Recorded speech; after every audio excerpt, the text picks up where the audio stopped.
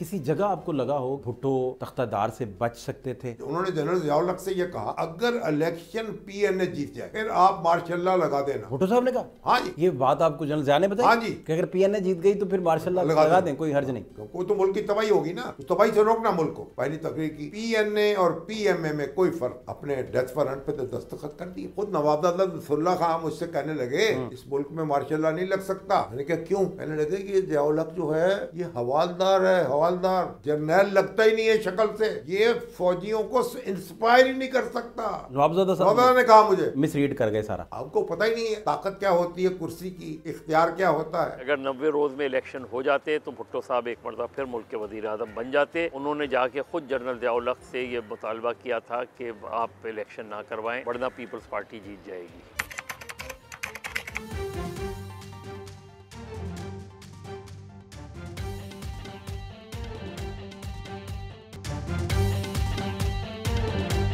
Because Mr. Bhutto has been telling to everybody that I want to have a dialogue, but these rascals don't want to have dialogue with me. So we want to give him a proper dialogue. तारीख का record जब भी आप उसकी छान फटक करें या तारीखी किरदारों से मिलें तो कोई ना कोई बात ऐसी निकल आती है कि जो शायद रिकॉर्ड का हिस्सा पहले नहीं बनती, या जब वो रिकॉर्ड का हिस्सा बनती है तो बहुत सारे लोग जो हैं वो चौंक जाते हैं। मुजीबुर रहमान शामी साहब तारीख के किरदार हैं, बहुत बड़े सहाफ़ी हैं। उन्होंने कहा कि जनरल ज़िया ने उन्हें बताया, किनको बताया? यानी कि मुजीबुर रहमान शामी साहब को जनरल ज़िया ने बताया कि भुट्टो साहब ने जनरल ज़िया साहब से कहा कि अगर पीएनए इलेक्शन जीतती है तो फिर आप मुल्क में मार्शल लॉ लगा के पाकिस्तान को बिखरने से, टूटने से और उजड़ने से बचा लीजिएगा। ये बात बिल्कुल अछूती बात है, नई बात है। इस बात से क्या बाकी लोग भी मुत्तफिक हैं या नहीं, ये क्या बात है बेसिकली, ये जानने की भी ज़रूरत है। किसी जगह आपको लगा हो कि भुट्टो तख्तादार से बच सकते थे, बचा जा सकता था, या आपको लगता है कि ये होनी है, इससे नहीं नामुमकिन था? थे ना। बड़ी दिलचस्प बात बताऊं आपको, मुझे उन्होंने जनरल ज़ियाउल हक से ये कहा, अगर इलेक्शन पीएनए जीत जाए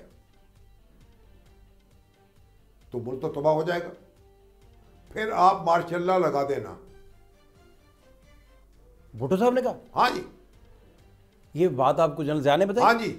कि अगर पीएनए जीत गई तो फिर मार्शल लॉ लगा दें, कोई हर्ज नहीं। कोई तो मुल्क की तबाही होगी ना, तो तबाही से रोकना मुल्क को। फिर आप हाकमियत ले लीजिएगा और उनको। हाँ। तो भाई बात यह है कि अब भुट्टो जैसा बड़ा लीडर, इतना पढ़ा लिखा, इतना ज़हीन फतीन, इतना यानी बहुत बड़ी शख्सियत थी ना, मगर ये देख नहीं सका। अब जब वह मरी, जेल से रहा हुए, क्या कहा, लाहौर आए पहुँचे, नवाब सादिक कुरैशी की रहायशगाह पर गए, पहली तकरीर की पीएनए और पीएमए में कोई फ़र्क नहीं है, तो अपने डेथ वारंट पे तो दस्तखत कर दिए। उस जगह को मोहतात रवैया थोड़ा हो जाता, या उन्हें अंदेशा ही नहीं था कि बात फांसी तक चली जाएगी, शायद ये वजह, तो अपने आप को कैलकुलेट ही ना कर सके। इतना बड़ा समझते थे ना। यही तो बदकिस्मती है। कुछ हमारे जो पॉपुलर लीडर होते हैं वो समझते हैं हमारी तो कोई गर्द को भी छू नहीं सकता। ओ भाई, ये खुद नवाब नसरुल्लाह खान मुझसे कहने लगे इस मुल्क में मार्शल लॉ नहीं लग सकता। मैंने कहा क्यों? जब ये उनकी गुफ्तगू हो रही थी, टॉक्स हो रही थी, कहने लगे कि ज़ियाउल हक जो है ये हवालदार है, हवालदार, जर्नैल लगता ही नहीं है शक्ल से, ये फौजियों को इंस्पायर ही नहीं कर सकता।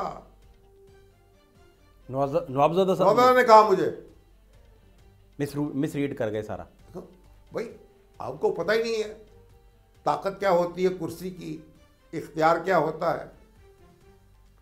जैसे अब जब जनरल परवेज मुशर्रफ को बनाया गया चीफ ऑफ आर्मी स्टाफ, तो पता उसके उनके औसाफ में से एक वस्फ क्या था? उर्दू स्पीकिंग है, इसकी रूट्स नहीं होंगी फौज में।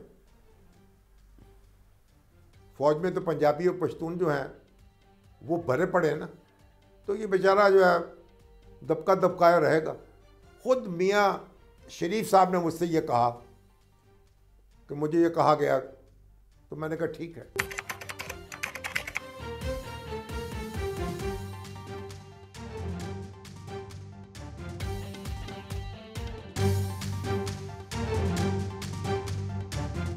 politics, compromise has to be, there's a must in politics, and initially a give and take will be done, but let us not forget that our three basic demands are: Mr. Bhutto must go, fresh general elections, and others. Follow that, the election commission should be reconstituted. But public demand is only one, that Mr. Bhutto must go. माजी के झरोकों में आप जितना भी झांकें तो आपको यही पता चलता है, या आप सीनियर लोगों से भी जब भी पूछते हैं तो वो यही बताते हैं कि 90 रोज़ के अंदर अगर इलेक्शन करवा देते जनरल ज़ियाउल हक साहब तो फिर भी बाद में प्राइम मिनिस्टर भुट्टो ही बन जाते, इतने पॉपुलर थे।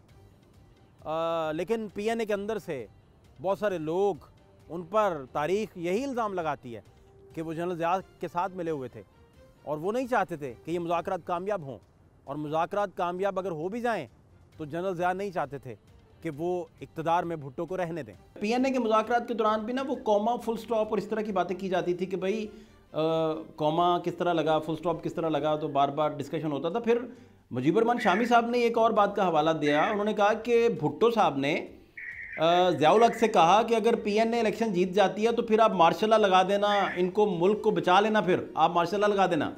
इस तरह की बात कभी अपना रिकॉर्ड पे बहुत सारी जगहों पे आई है? मेरा नहीं ख्याल कि ऐसी कोई बात रिकॉर्ड पे शामी साहब बेहतर बता सकते, लेकिन मैं भी एक पॉलिटिकल साइंस के स्टूडेंट के तौर पे मेरे इल्म में ऐसी कोई बात नहीं है कि उन्होंने भुट्टो साहब ने ज़ियाउल हक अलबत्ता भुट्टो साहब से ये कहते थे बलूचिस्तान और हैदराबाद ट्राइब्यूनल के बारे में कि भुट्टो साहब से कहते थे कि ये मुतालबा कभी भी नहीं मानना चाहिए कि हैदराबाद ट्राइब्यूनल ख़त्म कर दिया जाए और नेशनल अवामी पार्टी पर से पाबंदी हटा दी जाए। जबकि पीएनए से ज़ियाउल हक ये बात करते थे कि आपने इस मुतालबे पे खड़ा रहना है। तो यहाँ तक तो पता है। और दूसरी ये कि मतलब मुज़ाकरात तो कामयाब हो गए थे, जिन क़ुव्वतों ने कामयाब नहीं होने दिए उन्होंने पहले से जहन बना लिया था मार्शल लॉ का। और भुट्टो साहब के बारे में जो ये कहा जाता है कि वो अरब कंट्रीज़ के दौरे पे निकल गए, तो पीएनए और पीपल्स पार्टी के दरमियान जो मुज़ाकरात हो रहे थे उसमें 3-4 अरब कंट्रीज़ का बहुत ज़्यादा इन्वॉल्वमेंट था उन मुज़ाकरात शुरू करवाने में और किसी मुआहिदा करवाने में। तो भुट्टो साहब दरअसल उन्हीं ममालिक को एतमाद में लेने गए थे जब ये मुआहिदा ऑलमोस्ट हो गया था, सिर्फ साइन होने बाकी थे। बाकी जो चीज़ें थीं वो फिर मार्शल लॉ के बाद एक्सपोज हुई और पीएनए जो है वो मार्शल लॉ का हिस्सा बन गई और मार्शल लॉ की जनरल ज़िया की हुकूमत का वो लोग जो जमहूरियत की बात करते थे, मुतालबा करते थे, वो फिर उसका हिस्सा बन गए। अब कुछ का मौक़िफ़ था कि हम सिर्फ इस वजह से हिस्सा बने कि 90 रोज़ में इलेक्शन हो जाए, और 90 रोज़ में इलेक्शन नहीं हुए तो पीएनए अलग हो गई। लेकिन ये बात अपनी जगह बिल्कुल दुरुस्त है कि अगर 90 रोज़ में इलेक्शन हो जाते तो भुट्टो साहब एक मरतबा फिर मुल्क के वज़ीर आज़म बन जाते और जो हमारे बहुत से दानिश्वर हैं उस वक्त के, उन्होंने जाके ख़ुद जनरल ज़ियाउल हक से ये मुतालबा किया था कि आप इलेक्शन ना करवाएं वरना पीपल्स पार्टी जीत जाएगी।